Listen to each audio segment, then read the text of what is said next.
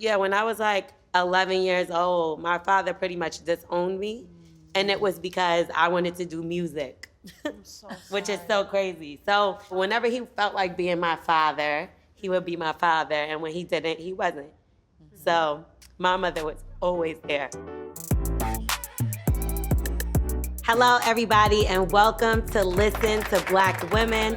I'm L'Oreal, and I'm here with Elle. It was the quality time that is the most important thing you can do for your child. And Regina. Your dad didn't show up, mine didn't show up, and you still have to live your life. And Corey. It was almost like she was saying, he's not coming home, it's gonna be okay. You've got to start your life. And we are going to talk about a whole lot of things today. Now, you might be crying a little bit, you might laugh a little bit, but we definitely going to drink, okay? Cheers. Cheers. So let's start off with this. Monique, she calls her husband daddy.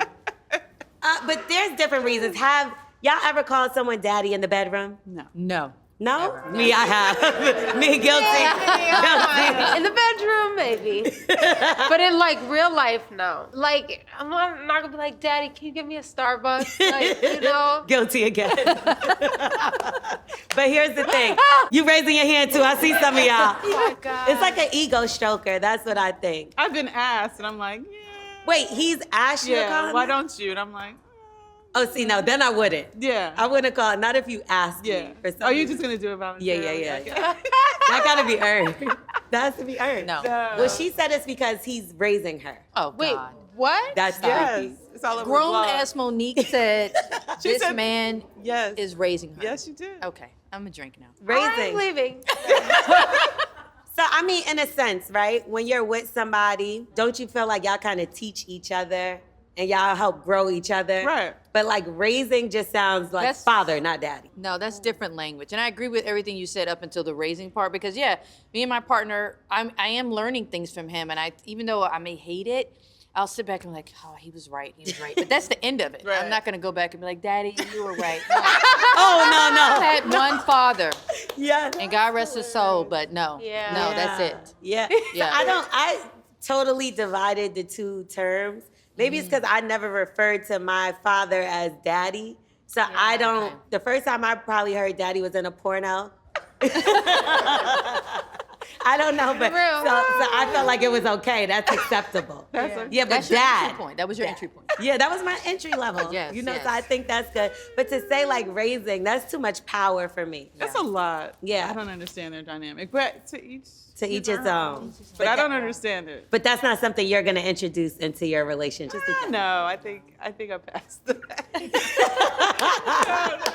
It's just like ironically, like I get poppy, which means the same thing. Yes, please. Oh, see, hold on now. Don't be judging me. I like poppy. I was like, oh, I get that, but it's Poppy like, too Spanish for me. I feel like I need to know more Spanish after Poppy. I can't just stop there. Right? Like, that's real Spanish. Are you Spanish? No, I'm not. I am not. For some reason, I get that, but no, that's not something I'm gonna do. But for Monique, like, whatever works.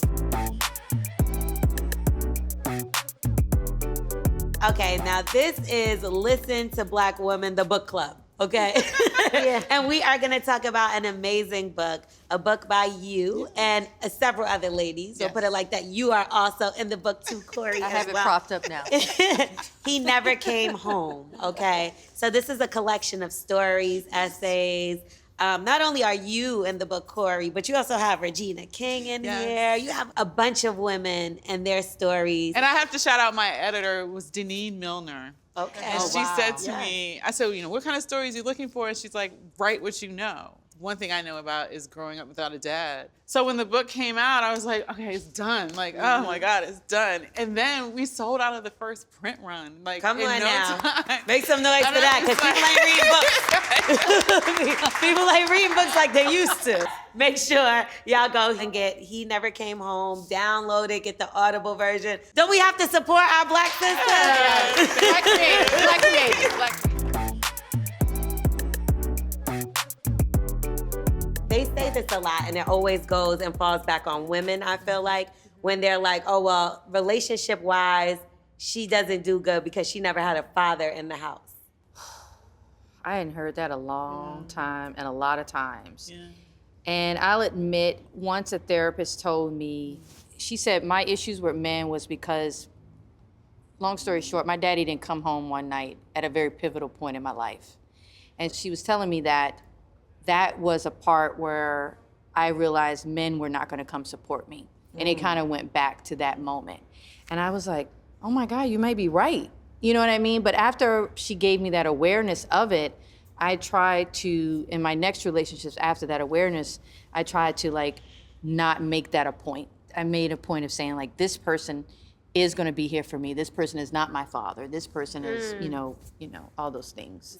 Fact, 67% of Black children as of 2023 are being raised in single parent homes. How does that make y'all feel? And how does that relate to you ladies as a whole? Well, I'm one of those.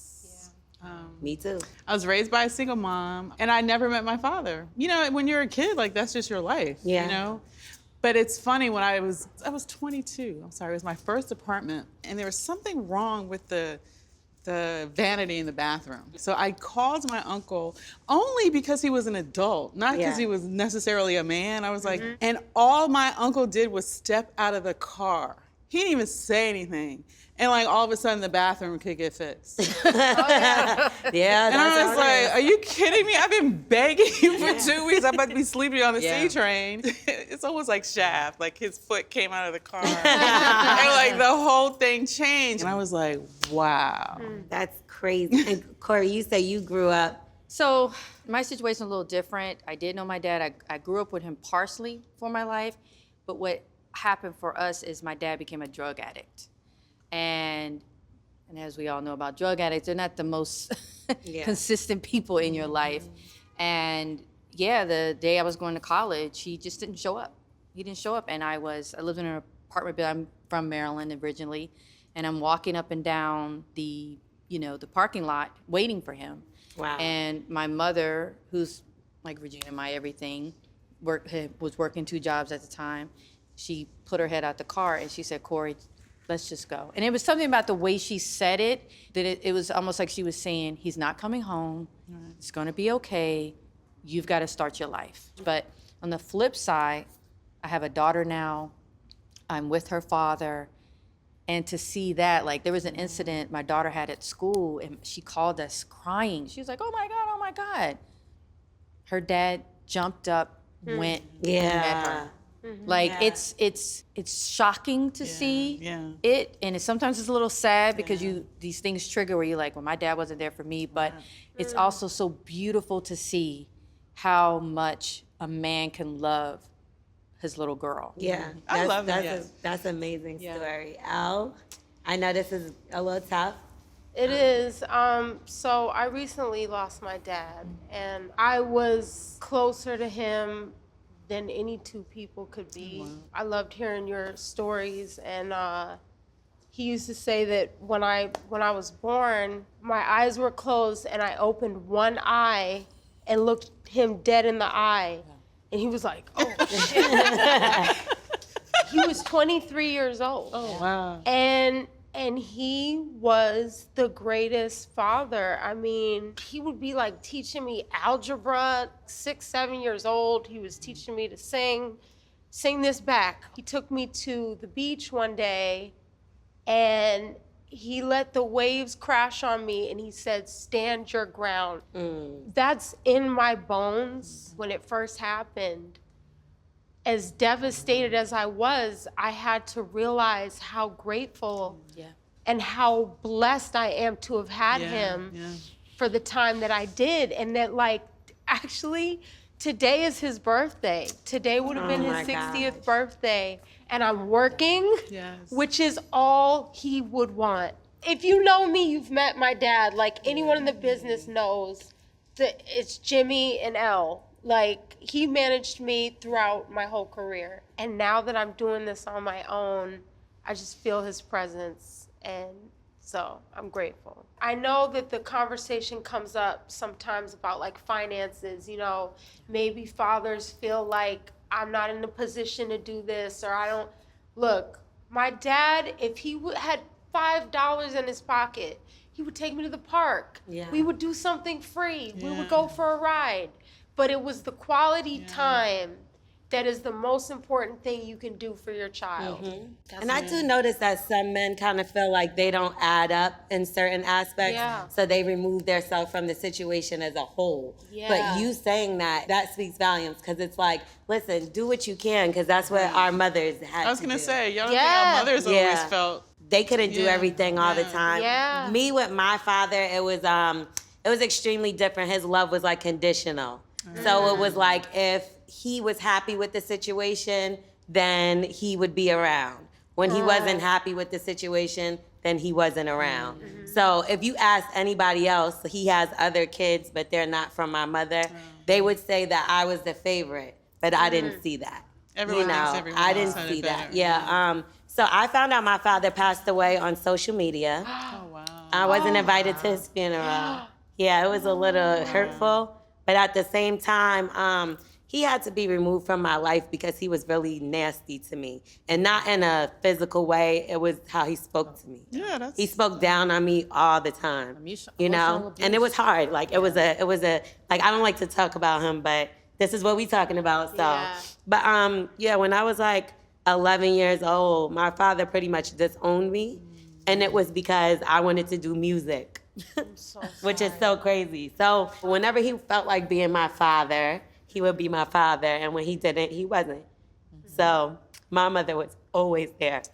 Always, always, always there. So when people sit there and say, like, you know, people that come from a single mother and like they don't meet up or match up to this or that, like, that's offensive to me because I know that she did like her best, you know? And she was a good mother, and she is a good mother still. She still takes care of my sisters.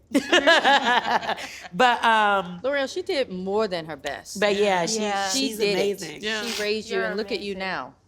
Thank you, thank you. Is there anything you learned from writing this book and putting it all together?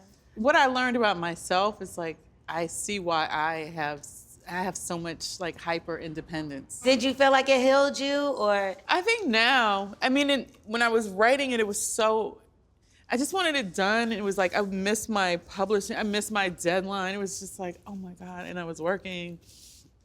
But now when I look back on it, I'm glad I did it. I'm glad I think other people felt lighter from sharing their stories. And you realize that it's not just you. Yeah. At the end of the day, your dad didn't show up, mine didn't show up. And you still have to live your life. No one's coming to save you. Like, you have to take care of yourself. Thank y'all for sharing your stories. Thank you for doing this book, because there's so many people that can relate to these stories. You save us all some time. Just say you wanna be a man child. You wanna be a man child.